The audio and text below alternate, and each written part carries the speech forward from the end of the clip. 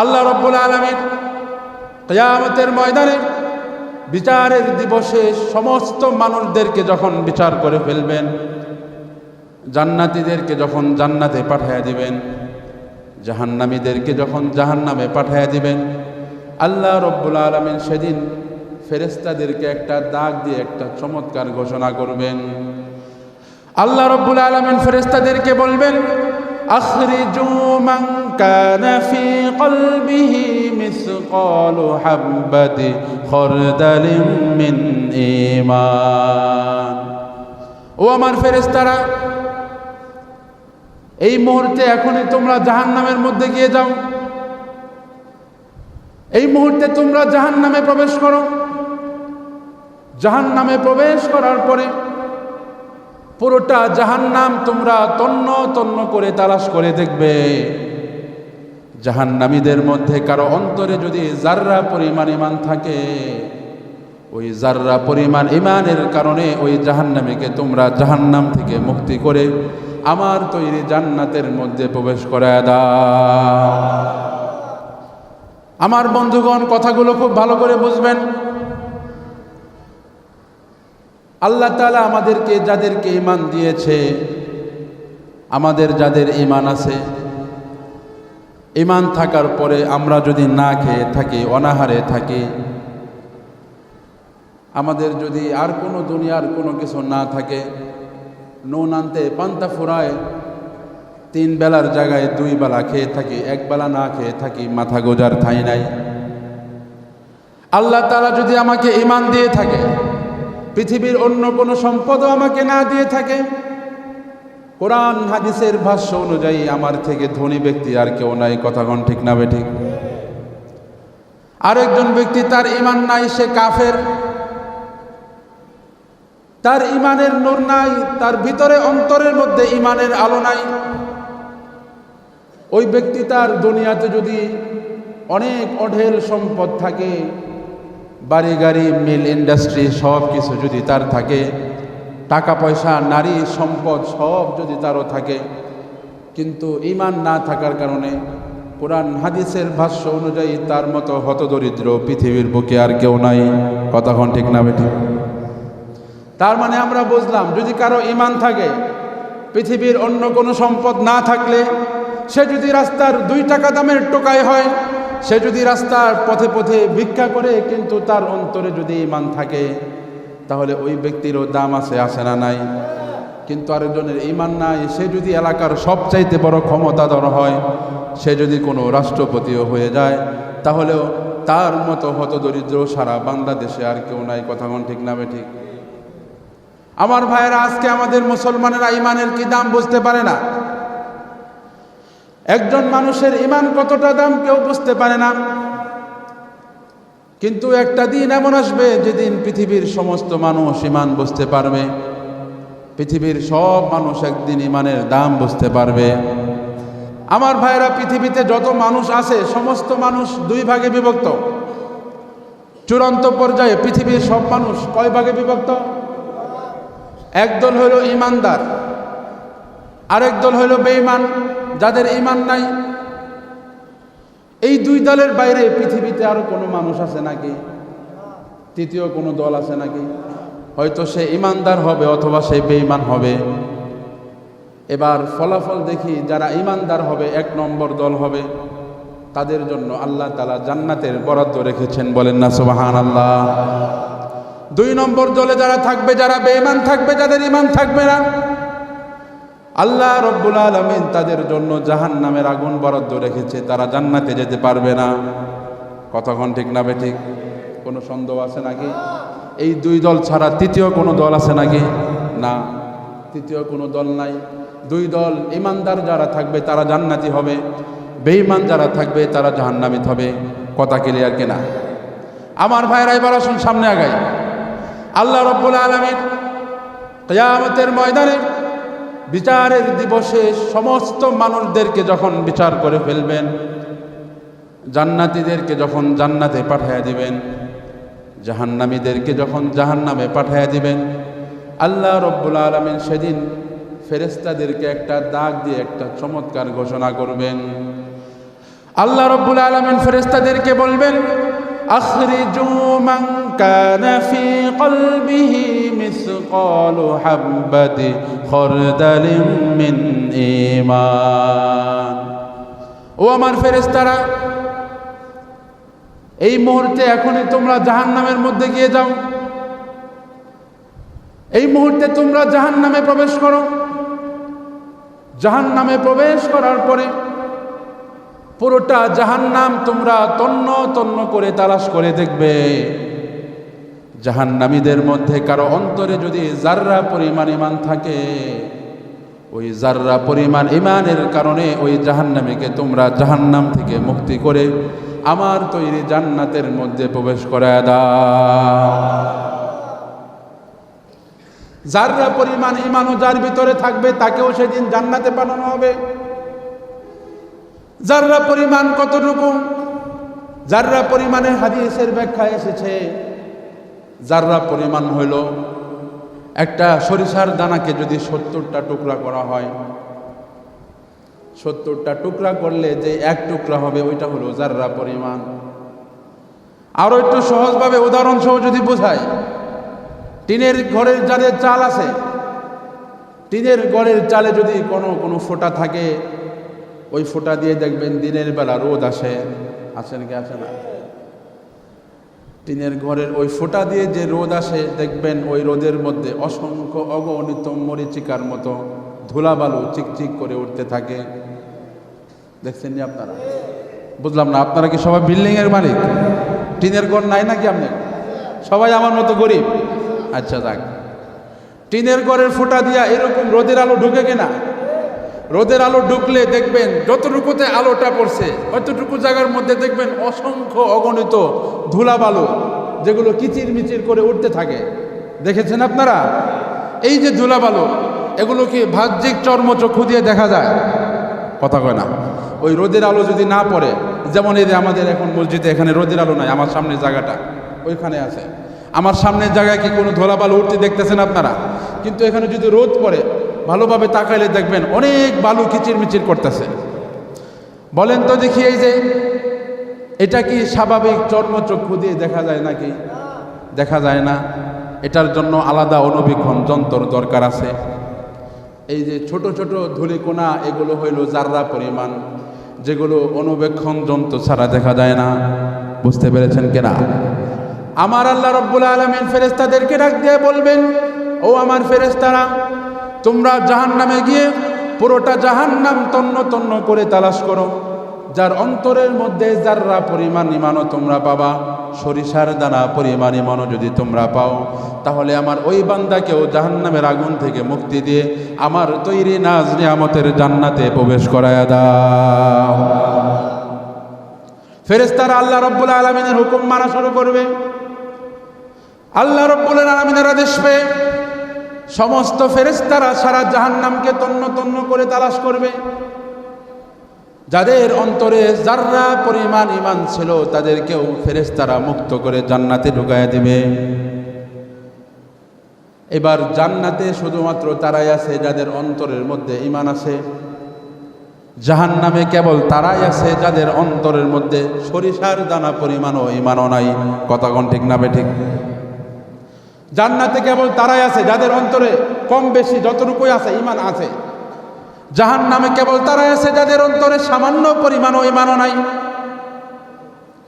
জান্নাতীরা জান্নাতের মধ্যে নাজ নিয়ামত ভোগ করতে থাকবে, জাহান্নামীরা জাহান্নামের মধ্যে আগুনের শাস্তি ভোগ করতে থাকবে।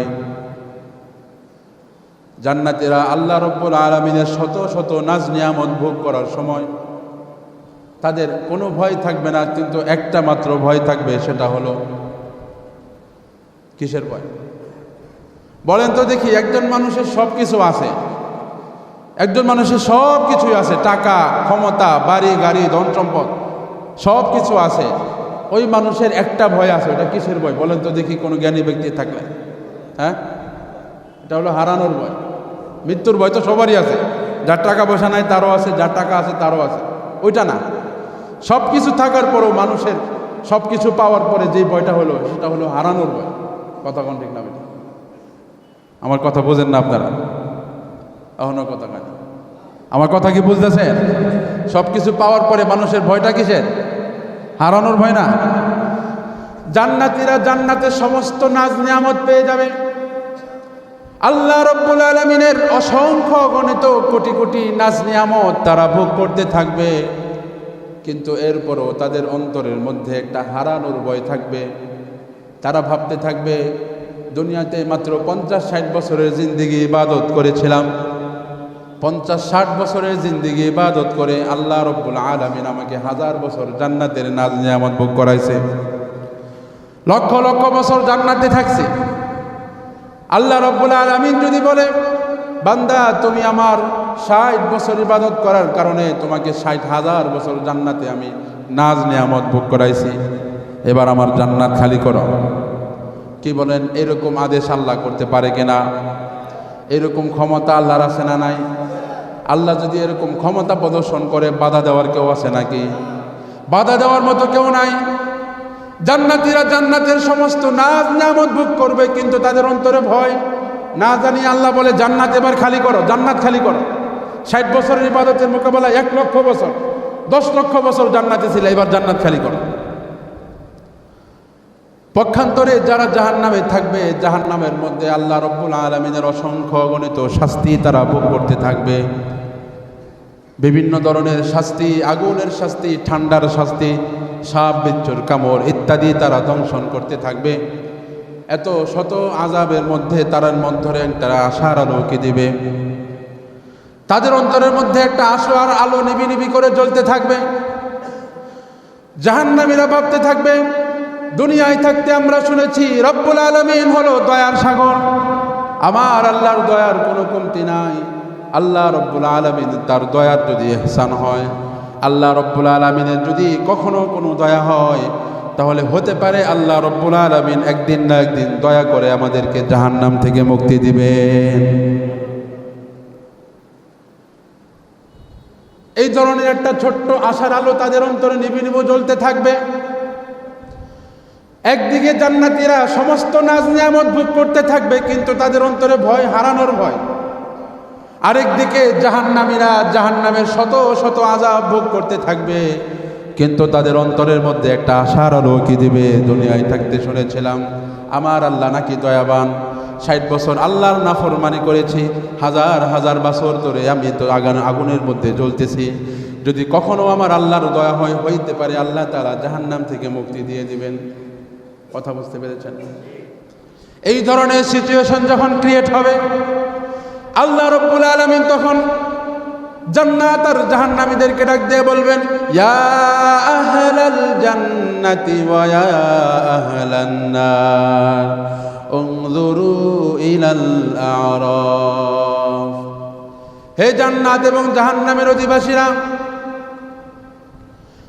জান্নাত আর জাহান্নামের অধিবাসীরা, তোমরা তাকাও। আল্লাহ রাব্বুল আলামিনের এই ঘোষণা শোনার সাথে সাথে যারা জান্নাতে আছে, যাদের অন্তরের মধ্যে একটা ক্ষীণ ভয়, না জানি আল্লাহ বলে জান্নাত খালি করে দাও। জান্নাতীদের অন্তরে যেই ছোট্ট একটা ভয় ছিল, এই ভয়টা এবার আরো প্রকট আকার ধারণ করবে। জান্নাতীরা মনে করবে, মনে হয় আল্লাহ ডাক দিছে আমাদেরকে জান্নাত খালি করবার জন্য। কথা বুঝতেছেন আমার?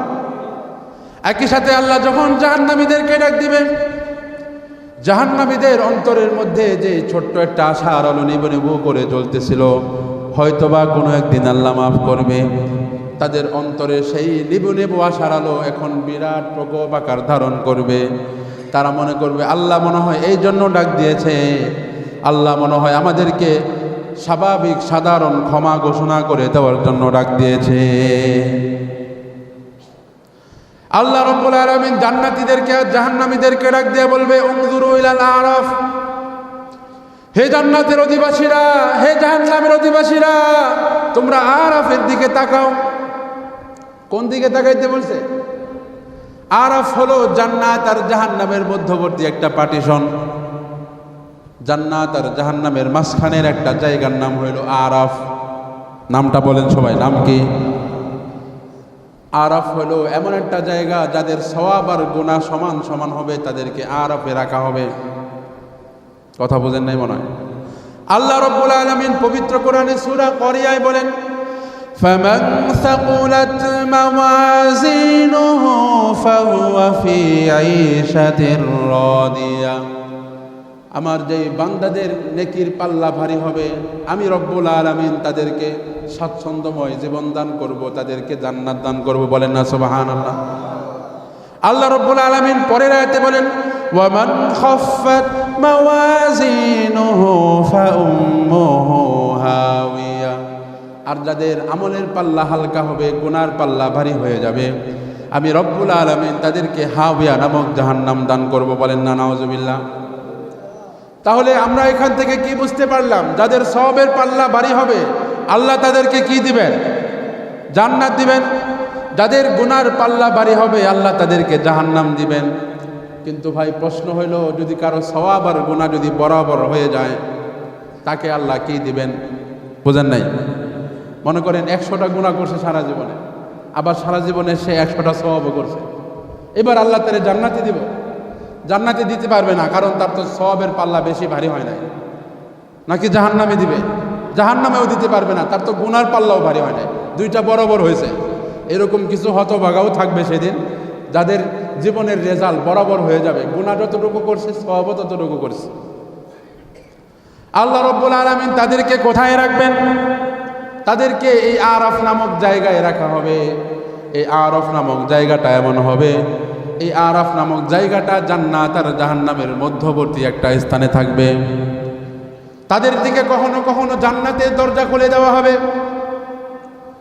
জান্নাতের দরজাটা খুলে দেওয়া হলে জান্নাতের শীতল হিমশীতল ঠান্ডা আবহাওয়া তাদের শরীরে যখন লাগবে, তখন তারা আফসোস করতে থাকবে, হায়রে জীবনে যদি একটাবার বেশি সুবহানাল্লাহ কইতাম, কত অযথা অনর্থক টিভির সামনে বসে সময় নষ্ট করেছি, বন্ধু বান্ধবের সামনে কত সময় নষ্ট করেছি, মোবাইলের মধ্যে ইউটিউব ফেসবুকের মধ্যে হাজার হাজার ঘন্টা ব্যয় করে ফেলেছি। একটাবার যদি বেশি সুবহানাল্লাহ বলতাম, তাহলে আমার আরাফে থাকতে হইতো না, আমি আল্লাহর তৈরি জান্নাতে যাইতে পারতাম। সুবহানাল্লাহ কয় না? জান্নাতের দরজাটা যখন না আরাফের দিকে খুলে দিবে, জান্নাতীদের সুঘ্রাণ মেসকে আম্বরের ঘ্রাণগুলো তাদের নাকে আসতে থাকবে। জান্নাতের হিমশীতল ঠান্ডা সুগন্ধি আবহাওয়া তাদের শরীরে এসে লাগবে। তখন তারা কিছুটা শান্তি অনুভব করবে, আরাম পাবে। কিছুক্ষণ চলে যাওয়ার পরে জান্নাতের গেটগুলো আবার লাগিয়ে দেওয়া হবে, অপর প্রান্তের জাহান্নামের দরজাগুলো আবার খুলে দেওয়া হবে। জাহান্নামের দরজাগুলো যখন আরাফের দিকে খুলে দিবে, জাহান্নামের আবহাওয়া, জাহান্নামের আগুনের তীব্রতা তাদের শরীরে এসে অনুভব করবে, এবং তারা জান্নাতের আগুনের তীব্রতা অনুভব করে তারা কষ্ট পেতে থাকবে। বলেন না নাউজুবিল্লাহ। জাহান্নামের আগুনগুলো তারা দেখবে, জাহান্নামের হাজার রকমের শাস্তি দেখে তারা চিৎকার তো করতে থাকবে, আল্লাহর কাছে পানা চাইতে থাকবে, আল্লাহ আমরা এই জাহান্নাম চাই না। এইভাবে তাদের সাথে মুআমালা করতে থাকবে। এটা হলো আরাফ নামক জায়গা। আল্লাহ রাব্বুল আলামিন জান্নাত আর জাহান্নামী বাসীদেরকে এবার আরাফের দিকে তাকাইতে বলবে। সবাই যখন আরাফের দিকে তাকায়, জান্নাতি জাহান্নামীরা আরাফের দিকে তাকায়, লক্ষ্য করে আরাফের মধ্যে একটা ভেড়া আছে। যারা জ্ঞানী থাকবে তাদের অন্তরে প্রশ্ন জাগবে, এখন আবার ভেড়া কোত্থেকে আসলো? পৃথিবী না কিয়ামত হয়ে গেছে, সমস্ত প্রাণীরা মৃত্যুবরণ করে ফেলেছে, একমাত্র মানুষ আর জিন বাকি আছে, তাহলে এই মাত্র ভেড়া কোত্থেকে আসলো এখানে? কথা বুঝতে পেরেছেন? ভেড়া কোত্থেকে আসলো? সমস্ত প্রাণী তো কিয়ামত হওয়ার সাথে সাথে সব শেষ, এতদিন পরে এখানে ভেড়া কোত্থেকে আসলো? আল্লাহ রাব্বুল আলামিন তাদের জবাব দিয়ে দিবে। আল্লাহ রাব্বুল আলামিন বলবেন, ও জান্নাতি জাহান্নামীরা, তোমরা যে তোমাদের চর্ম চক্ষু দিয়ে এটাকে ভেড়া দেখতেছো, এটা কোনো সাধারণ ভেড়া নয়, এটা হলো মৃত্যু। মৃত্যুটাকে আমি ভেড়ার আকৃতি দান করেছি। ভেড়ার আকৃতি আমি এই জন্য শুধু শুধু করি নাই, এই মৃত্যুকে আমি ভেড়ার আকৃতি এই জন্য দিয়েছি যাতে করে আমি এই মৃত্যু নামক ভেড়াটাকে আজকে আমি কোরবানি করে দিতে পারি। মৃত্যু নামক এই ভেড়াটাকে আজকে আমি জবাই করে দেব। আজকে আমি মৃত্যু নামক ভেড়াটাকে জবাই করে দেওয়ার পরে তোমাদের কারো জীবনে আর কখনো কোনো মৃত্যু আসবে না। ও জান্নাতি বান্দারা, তোমরা জান্নাতে থাকতে থাকতে তোমাদের অন্তরের মধ্যে একটা ভয় ছিল, না জানি আমি আল্লাহ জান্নাত থেকে বের করে দেই, ইন্নাল্লাহা আলিমুম বিযাতিস সুদূর, আমি আল্লাহ তাআলা অন্তর্যামী, তোমাদের ভয়ের কথাও আমি জানি। জান্নাতি বান্দারা, তোমাদের ভয়ের কোনো কারণ নাই। ও আমার ইমানদার কলিজার টুকরা বান্দারা, তোমাদের ভয়ের কোনো কারণ নাই। আজকের পর থেকে তোমাদের কারো জীবনে মৃত্যু আসবে না এবং জীবনে কোনো দিন তোমাদেরকে জান্নাতের নাজ নিয়ামত থেকে বঞ্চিত করা হবে না।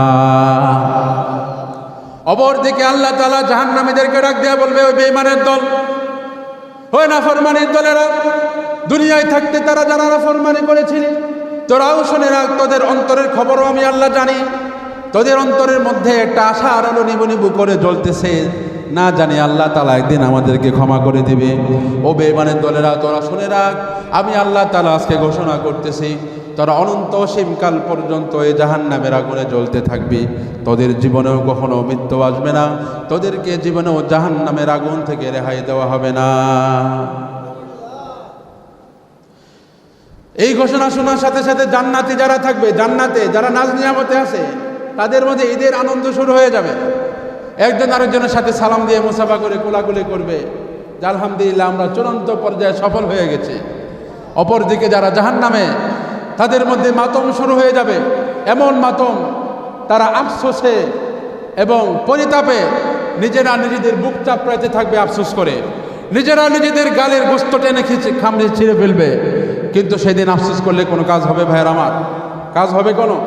কোনো কাজ হবে না। এজন্য আমার ভাইরা, ইমানের দাম যদি বুঝতে হয়, দুনিয়ায় থাকতে বুঝতে হবে।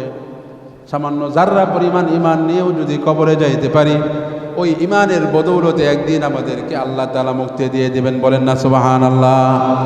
কিন্তু আমার ভাইরা, যদি আমরা কুফরি কোনো কথা বলার মাধ্যমে, কুফরি কোনো কথা বিশ্বাস করার মাধ্যমে, কুফরি কোনো কথা যদি আমরা সমর্থনের মাধ্যমে কাফের হয়ে যাই, তাহলে আমার ভাইরা, আল্লাহ তাআলার কাছে পরকালের মধ্যে সেই মাপ পাওয়া যাবে না, বরং অনন্ত অসীমকাল জাহান্নামের আগুনে জ্বলতে হবে। বলেন না ঠিক না বেঠিক?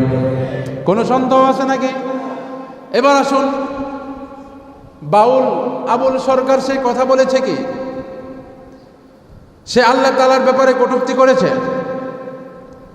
সে যখন তাকে গ্রেফতার করলো, তখন পুলিশের কেন তাকে গ্রেফতার করলো, তার মতো কাফের একদম বেঈমানকে কেন গ্রেফতার করলো? এই জন্য বাংলাদেশের 258 জন সুশীলরা বিবৃতি দিয়েছে। বলেন না নাউজুবিল্লাহ? আগেই বলেছি, মানুষ ইমান হারা হবে, কাফের হবে কয় কারণে? আর একটু জোরে কোন কয় কারণে? কুফরি কোনো কথা নিজে বলার কারণে। 2 নম্বর, কুফরি কোনো কথা নিজে অন্তরে বিশ্বাস করছে, মুখটা কিছু বলে নাই।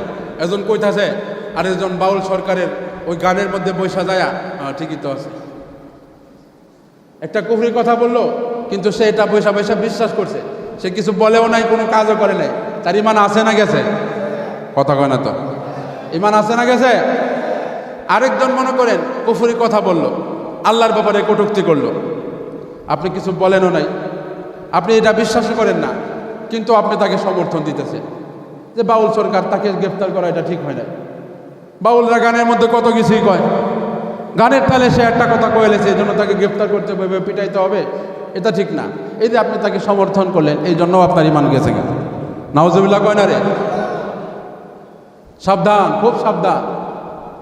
গতকাল রাতে দেখি এই বাউল আবুল সরকার, সে বলতেছে, নাচের দলিল দিতেছে, এটাতে নাচা নাচা গান কয়, আর গান কয় না নাচা নাচা, কইতাছে নাচের কথা তো আল্লাহ কোরআনেই বারবার কইছে, কুল আউযু বিরব্বিন নাস, এই যে নাচতে কইছে গানে, রব্বিনও নাচ, মালিকিনও নাচ, ইলাহিনও নাচ। নাউজুবিল্লাহ কয় না? এই ধরনের অপব্যাখ্যা যারা করে, তাদের ইমান থাকবে?